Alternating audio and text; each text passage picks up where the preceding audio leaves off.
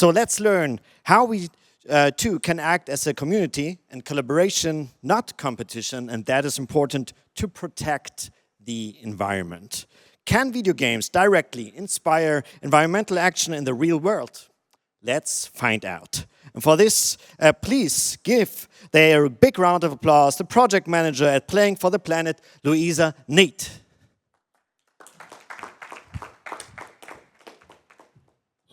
Hello. Is this working? Yes. Perfect. Hello. Thank you, everybody, so much for coming. I know it's 4:30. I know everybody's tired, but I'll hope to put on an entertaining talk for you guys nonetheless. My name is Louisa, as mentioned, and I'm project manager for Playing for the Planet, and I work on the Green Game Jam. Now, I will explain to you what those things are very soon, but when you work in the environmental space, people are very keen to know what your connection is to environmental action. You know, people ask you, are you a sort of climate change expert? Are you a long-standing activist? But my personal connection to environmental action is very simple. I live on planet Earth. Now, unless there are some terrible liars in the room, everybody here lives on planet Earth, and everybody here is affected by climate change. But at the same time, everybody in this room has the power to do something about it. And I'm going to talk to you today about how we're doing that through games. If you work in the games industry, I hope you'll be able to apply that to your own work.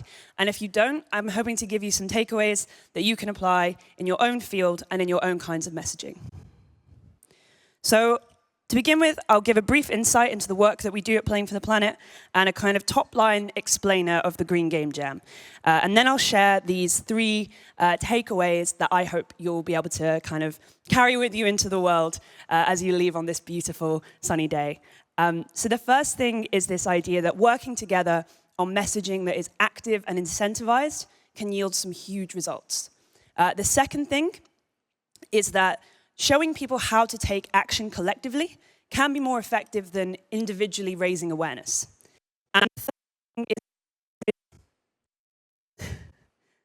the third thing is how to leverage your own USPs and your own unique skills in both your product and in your sort of own set of skills to bring an environmental message to different mediums and audiences. So let's quickly cover who Playing for the Planet are first. As mentioned, we're an initiative founded by the UN Environment Programme with the aim of bringing the games industry together on the topic of environmental action. Currently, we stand at 49 members. We were founded back in 2019 with this express goal. At Playing for the Planet, we generally focus on three main things. Decarbonize and reach net zero by 2030, innovate through special projects, and implement green activations in games. So as part of our membership process, businesses make specific and measurable decarbonization commitments in line with the Paris Agreement. Is this my mic? No, you don't have to cover the antenna.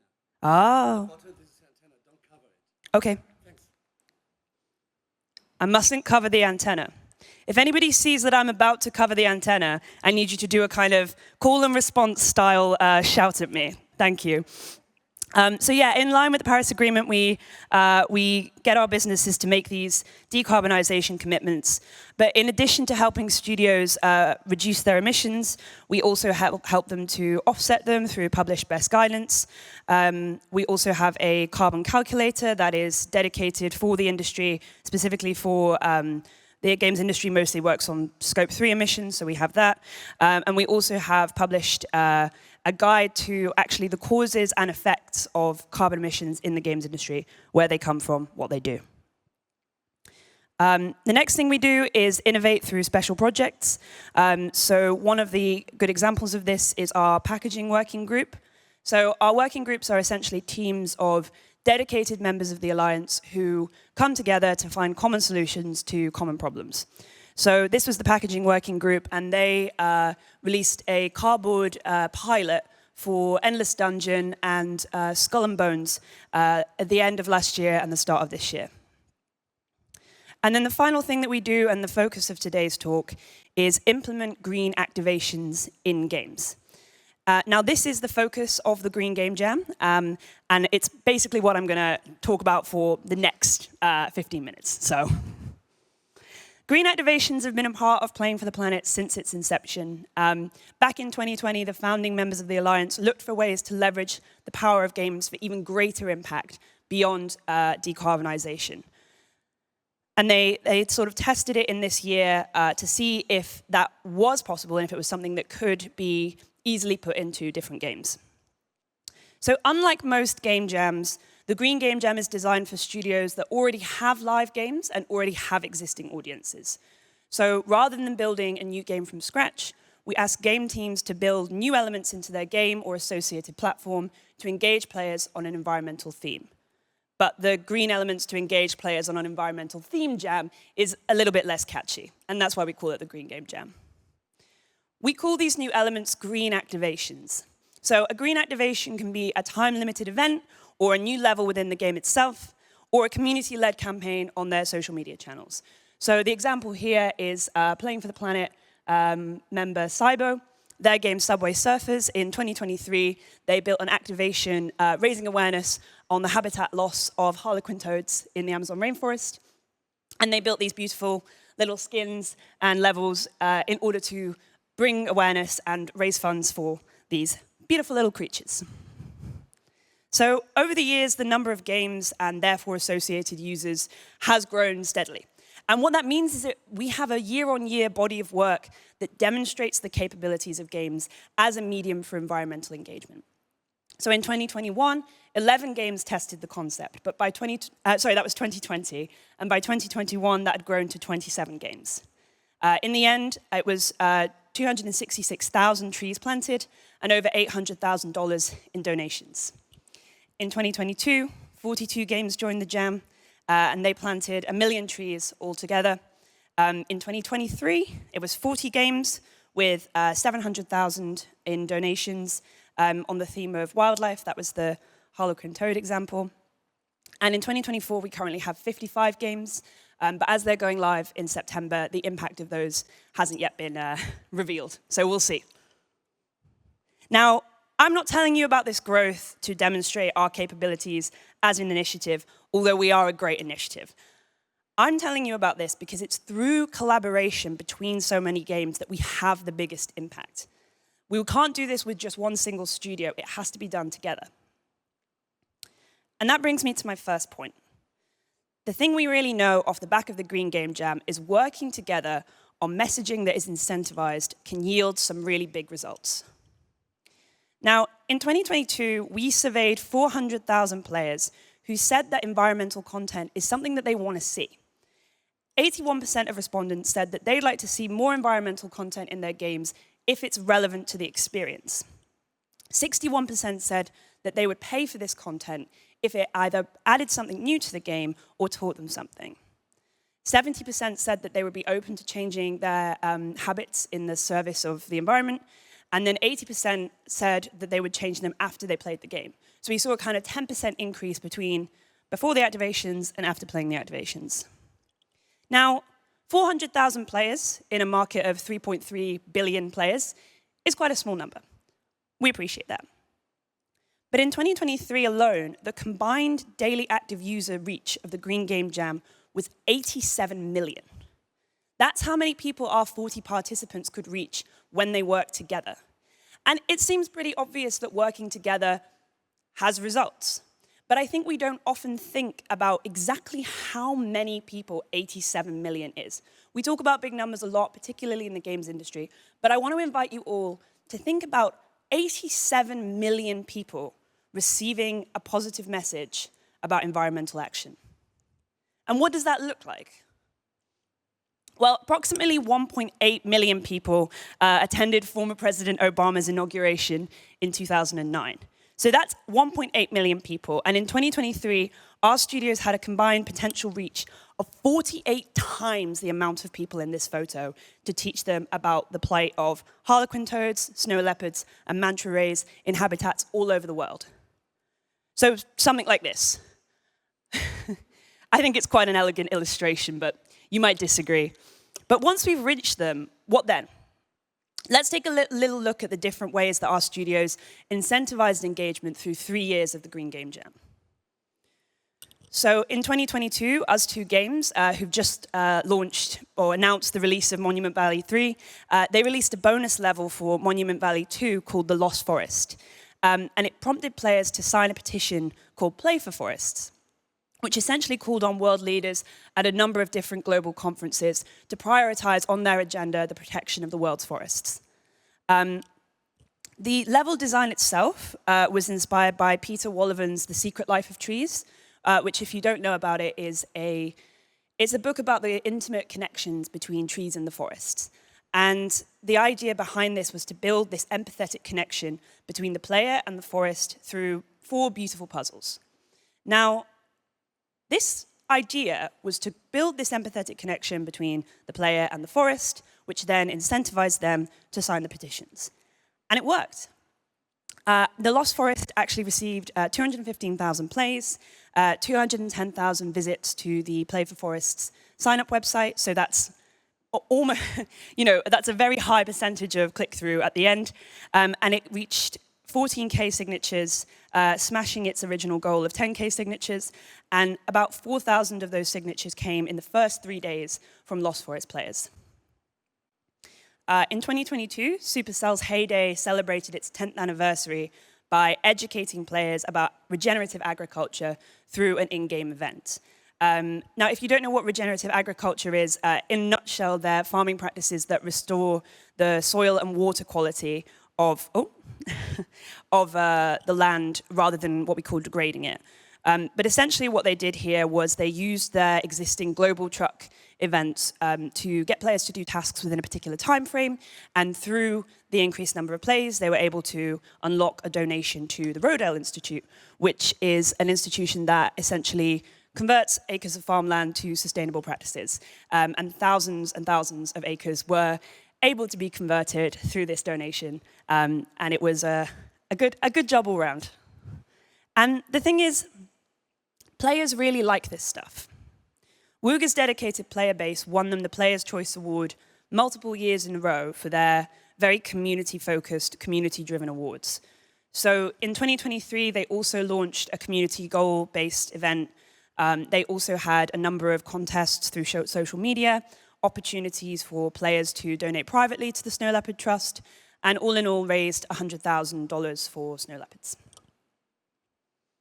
Now, one way that the Green Game Jam is different from other Green Game Jams, or the Game Jams generally, whilst we do celebrate the work of studios through an awards ceremony at the end, we try to create knowledge sharing and collaboration between our participants. We try to set up meetings, we try to set up opportunities at mixers, opportunities for networking, because it's not about individual success, it's about collective action. And in fact, showing how to take action as a collective can be more effective than raising awareness on an individual level. Now, in previous years, the Green Game Jam has focused on fundraising efforts, tree planting, and raising awareness. Now, awareness is great, but what's even better is action. Now, this is a chart that essentially indicates that whilst global awareness of climate change has increased since 2014, the same study from Ipsos Mori found that the number of people actually willing to change their behavior or take active steps to prevent climate change hasn't. So we know climate change is happening. We can see it happening. But not many of us are actually willing to do anything about it, which feels a little counterintuitive, right? So this year we're taking a new approach to engaging players based on the work of neuroscientist Chris DeMeyer. Now, he explains that this data is the result of our traditional approach to climate change messaging, which is often issue-based. So DeMeyer explains that simply telling people about the problem doesn't always help, but telling them what they can do about it does. It's like if your doctor gave you a diagnosis but not a treatment. People don't know what they have to be doing in order to protect the planet. And he promotes an approach to environmental messaging that is action-led as opposed to issue-based. Now, as we've discussed, games are a useful medium for delivering messages. But one of the unique things about them is that they can't be passively enjoyed. You have to actually make decisions in order to experience them. And when we show players the consequences of these decisions, what we're doing is teaching them to learn by doing. Now, normally what we're teaching them to do is how to play the game through a tutorial mode, right? But what if we could teach them how to do something for the planet in the real world through the same mechanics that we teach them how to play the game? So let's think for a second about our 87 million daily active users. What if instead of creating real-world impact by pressing a button, just 1% of them went out into the world and did something for the planet? So that's 1 million people preparing their first vegan meal, or planting bee-friendly flowers in their local community, or even just being a little bit more mindful about the pollution and litter in their local community. Now, this year we're asking the participants in the Green Game Jam to do just this, get their players to take 1 million actions for the planet. Okay, so what? That might not seem particularly significant, right? The examples I've given of a single vegan meal, a single window box of flowers, they don't really make a big impact. That's not quite true. These first forays into real-world action are where engagement begins. Instead of focusing on 87 million daily active users, let's just look at one. So this can be me, this can be you, this can be your sister, whoever. Imagine they tried growing a tomato plant at home, in their garden, on their balcony, whatever. And they're so taken by the satisfaction of growing their own vegetables that they start to grow more. And so now they have all these vegetables, so they're eating more vegetables. And now they know how to cook more plant-based meals. Maybe they decide that one day a week they're going to go meat-free. Well, data from the Darwin Challenge suggests that one meat-free day a week for a year can reduce roughly the same amount of greenhouse gas emissions as driving from London to Edinburgh. Now, I appreciate I'm British. That's a very British example. So that's about 700 kilometers and a drive from Cologne to maybe just past Berlin. Now, this is a bit of an exaggeration, but it's an example of how awareness of the benefits of a plant-based diet isn't necessarily the best place to start.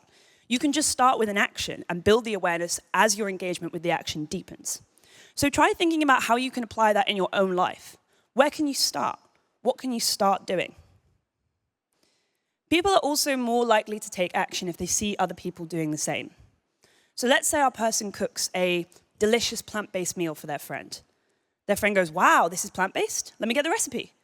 And then they give it to their friend, and give it to their friend, and give it to their friend, and on and on. And again, I don't think that there's a magical vegan recipe that's going to change the world, but it fits into a theory of learning that suggests community is how we pick up new behaviors. People are more likely to act when they see someone else taking action, and then a sense of pride or identity in that action strengthens it and makes it more likely to be repeated. Now, we know that games are not just games. They are strong sources of community for people all over the world. A whole ecosystem of Discord servers, streaming platforms, player networks, and in-person events like Gamescom are where millions, billions of people find community and identity every single day. What we're doing this year is trying to leverage these player networks in order to encourage people to take action for the environment. So as part of this, we're collaborating with the University of Edinburgh for a sort of associated research piece. And we're going to focus on a selection of our game studio participants and ask the questions, can games inspire real-world and offline actions? And do the people who receive these messages through games continue to take environmental action long-term?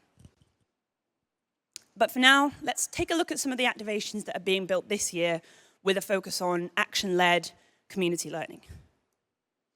So Love and Pies from Studio Trail Mix, it's a game with a very high retention rate and a very strongly knit community. Now, they're building into this strength by playing into the idea that hearing about other people taking action inspires us to do the same. So the way this works is players are able to unlock stories of environmental action from fellow players, but also environmental activists, again, from all over the world. And by doing that, they unlock rewards, but they're also able to submit their own stories of environmental action. So it all feeds into this continued loop of learning new things, seeing other people getting involved, and sort of the hope is that they will continue to do more things. They're also building a toolkit to help people get involved with their local climate groups. So depending on where they are, they'll be signpointed to different activists in their local area. And within the game, there's also a community garden event that you can use to kind of decorate your cafe. So this is how they're trying to tie that social theory of learning in with their in-game event and keeping it sort of focused to what their players already love. Now, Orna is a GPS game. It's an RPG which uses location mapping, so players can complete quests by exploring the real world. Now, in their activation this year, players are asked to submit photos of real-world locations that are either severely polluted or in need of cleaning up, and they get entered into the map as a gloom site, which is where monsters spawn. Then what happens is players from all over the world are able to plant trees that then, I think it's something like they plant the trees reap rewards for the people in the area, and also they fight the monsters. But what I really like about this, as an example, is that it sort of creates this mechanic of paying it forward. So not only are you looking at the pollution in your local area, you're also thinking about how you can help people in different places as opposed to just in your own immediate environment where you're able to play the game. Now, Outfit 7 have 2 games in the jam this year, both centered around the hashtag re. So it's replay, regrow, reuse. And I've included these guys because this is a really good example of using an existing in-game mechanic, taking it one step further, and then building a social activation around that. So in Talking Tom and Friends, there's a new in-game mechanic where you're able to recycle the garbage that you are already picking up as part of the game. Now, recycling isn't the best way of environmental action, but it's a start, right? So that's one element. And then in My Talking Tom and Friends, you're also able to pick up the trash that you would normally clean up around the house as part of the game, and you can compost it in order to grow plants in the back garden, which you can then feed to your little characters. They create more trash. The cycle continues. At the same time, sorry, I should also add, players are encouraged to do the same on social media in order to unlock rewards in-game. So the hope is that by connecting these two things, we're more likely to encourage environmental action because people are seeing each other do it in the real world as well. So these are all of the participants for this year. Most of their activations are set to go live from the 9th of September. So you'll be able to engage with these activations then. Keep an eye out if any game that you already play is in there. It's coming. But as you can probably see, there's such a wide variety of games in the jam, right? So we have merge games like Merge Mansion. We obviously have Subway Surfers. But then we also have Battle Royales. We have PUBG Mobile. We have quiz games. We have all of these different things. And while some of the games do have explicit environmental themes in them, quite a lot of them aren't to do with the natural world at all. And this kind of brings me to my next point. Using the unique selling point of your own product or your own unique set of skills to connect environmental messaging to your day-to-day work. So this is one of the ways that you can go beyond your own individual actions and help in the process of mobilizing others. Now, a great friend of the Playing for the Planet Alliance, game director Arnaud Fayol, has developed a theory of what he calls unique impact potential. How to leverage the USPs of your game in the service of environmental messaging. But like games, everyone has their own unique impact potential when it comes to spreading these messages about environmental action through your work and in your day-to-day life. Now, as I mentioned at the start, the causes of climate change are deeply rooted in every aspect of modern society. They affect everyone and everything on the planet. So to Arnaud, this means that effectively all games have a thematic connection to one or more of UNEP's 17 Sustainable Development Goals. So again, I want you to think about where these things can apply to your own line of work. If you don't have to be, for instance, a climate journalist to talk about climate change. There's links in things like food, cities, employment, education. There's always a thematic link. The same with educators or content creators. There's ways that you can work the Sustainable Development Goals into your messaging. This is the slide I was going to use for that section. But once you've made that thematic link, Arnaud points out that you can consider the demographics of your audience to see what they're most likely to do based on where they slot in on this axis of agency and awareness. Now, I'm going to give some very basic examples. You know your life and you know your audience much better than I do. So I'm going to give a couple of top-line examples, but I want you to use it as a jumping-off point to think about the kinds of people that you engage with day to day and what you can get them to do. So for instance, someone with a high amount of agency and awareness would go on this side of the axis. So this might be an adult with quite a lot of purchasing power, maybe someone who is already actively involved in environmental action. And this kind of person is great. They're amazing. They're a superhero. But if we're only ever pitching our calls to action to them, we're always going to be preaching to the choir. Adults with high agency but a low level of awareness would go on this side. So say if you're a manager with employees who are just trying to get through the day, they might fall in this top left corner. The best way to approach this kind of high agency but maybe low interest person is to find a way to make the environmental action incentivized to them. So for instance, a cycle to work scheme or public transport vouchers might be the best way to approach this kind of person because you're showing them how they can benefit from what is still effectively environmental action. We talk about this quite a lot in the games industry when we talk about the toolkits that allow you to optimize your gaming experience so that it uses less energy. Energy prices are massively increasing in lots of different countries. And so by pitching to players that they can actually use less energy by using these tools, it's a lot easier to get people to do the same thing, but for their own benefit. Now, if you work for a tech platform, say, maybe think about how many users you might connect with on a day-to-day basis and their level of engagement or awareness. So it might be that you don't have a great deal of sway over their agency, particularly if they're children or young people. So mindless fun with a message could be the best way to go. And finally, say you're an educator at a university with highly engaged students who are time poor, maybe cash poor. Spreading the information is ideal. There's all sorts of ways to help promote this same message, but it often involves meeting people where they're at. The thing is, if we're going to halt the negative effects of human activities on the planet, then we're going to need everyone. The Green Game Jam and the wider Playing for the Planet Alliance wouldn't be here if it weren't for all the studios who volunteer their time and energy to come together to do this work. So to recap, part one, work together. How can you work together in your industry to begin taking action on climate change or to begin encouraging your audiences to take action? I think my time is actually up, but I'm going to keep going through very quickly. What can you start doing to protect the planet? Where can you start?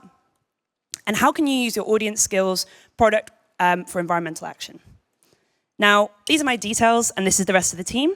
So if you see us around, please feel free to say hi or reach out over socials. But more than anything else, thank you so much for listening.